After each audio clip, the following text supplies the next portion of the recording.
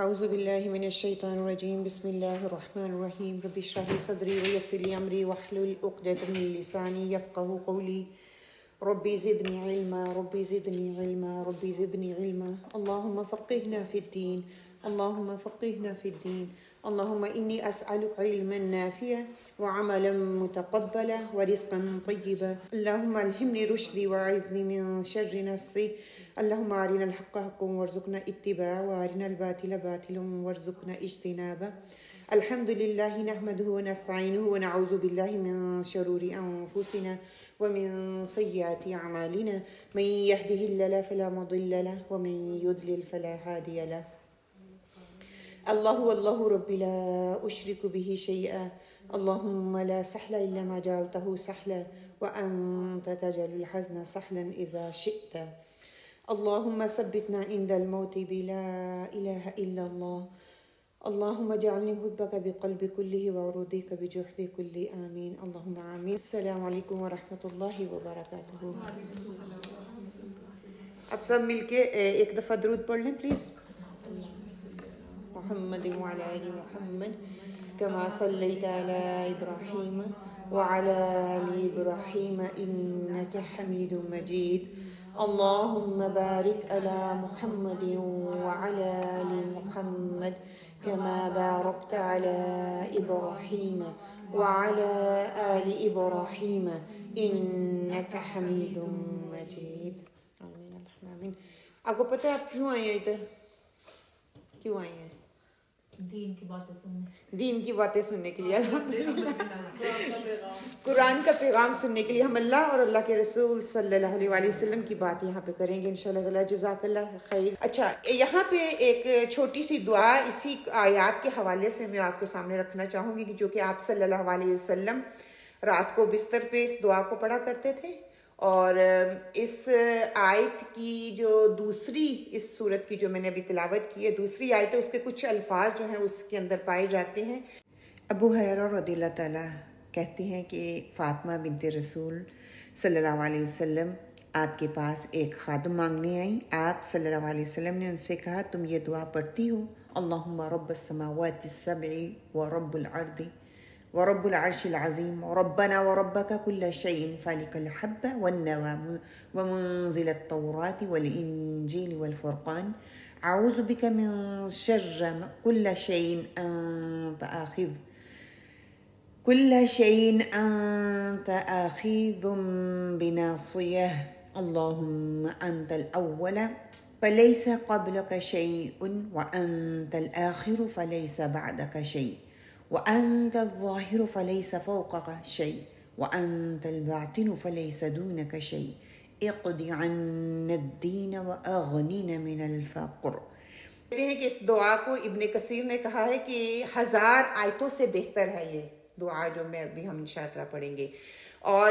ہر شے سے پناہ مانگنی ہے آپ نے، تو اس دعا کو اپنی زندگیوں کا حصہ بنا لیں۔ اور اس کے ساتھ ساتھ اس کے اور بھی بہت سے فائدے گنوائے گئے ہیں، اور قرض کی ادائیگی کے لیے بھی یہ دعا جو ہے آئی ہے انشاءاللہ تعالیٰ۔ آپ سب مل کے میں پڑھوں گی، میرے پیچھے پیچھے پڑھ لیں تاکہ ہمیں تھوڑا سا ہو جائے، اور اس کی اگر کسی نے کاپی لینی ہے تو اس کی پکچر بنا لیں، اگر آپ کے پاس ہے، نہیں ہے تو میں قمر کو دے دوں گی، وہ آپ کو آگے فارورڈ کر دے گی انشاءاللہ تعالیٰ۔ اللہم رب السماوات السبع اللہم رب السماوات السبع ورب العرض ورب العرش العظیم ورب الارض ورب العرش العظیم ربنا ورب كل شيء ربنا ورب كل شيء فالق الحب والنوى فالق الحب والنوى ومنزل التوراة ومنزل التوراة والإنجيل والفرقان والإنجيل والفرقان أعوذ بك من شر كل شيء أعوذ بك من شر كل شيء أنت آخذ بناصية أنت أخذ بناصية اللهم أنت الأول اللهم أنت الأول فليس قبلك شيء فليس قبلك شيء وأنت الآخر فليس بعدك شيء وأنت الآخر وليس بعد شيء وأنت الظاهر فليس فوقك شيء وأنت ظاهر فليس فوقك شيء وأنت الباطن فليس دونك شيء وأنت الباطن فليس دونك شيء اقض عنا الدين وأغننا من الفقر اقض عنا الدين وأغننا من الفقر ترجمہ اس کا کیا ہے؟ اے اللہ تو ساتوں آسمانوں کا رب، عرش عظیم کا رب،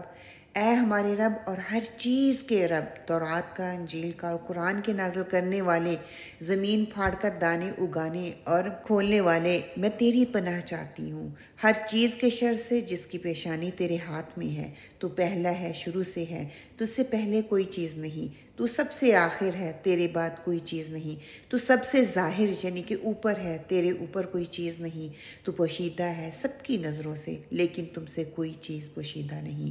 اے اللہ تو میرے اوپر سے قرض اتار دے اور مجھے محتاجی سے نکال کر ماردار کر دے۔ امام ترمذی نے اس کو روایت کیا ہے۔ تو یہ بہت ہی خوبصورت۔ تو آج سے آپ اس دعا کو اپنی زندگی کا حصہ بنا لیں، بالکل اسی طرح جس طرح آپ صلی اللہ علیہ وسلم نے حضرت فاطمہ الزہرا کو یہ سکھائی۔ ہر مشکل کے لیے، ہر پریشانی کے لیے، کسی کام کی آسانی کے لیے، قرض کی ادائیگی کے لیے اس دعا کو پڑھیں۔ ہم سب بھی بہت پریشان ہیں، قرضے بہت چڑھے ہوئے ہیں، کیا کریں، قرضے اترتے نہیں ہیں، تو اس دعا کو اپنی زندگی کا حصہ بنا لیں، پھر دیکھیں انشاءاللہ کیسے مشکلیں دور ہوتی ہیں اور کیسے آپ کے قرض ادا ہوتے ہیں۔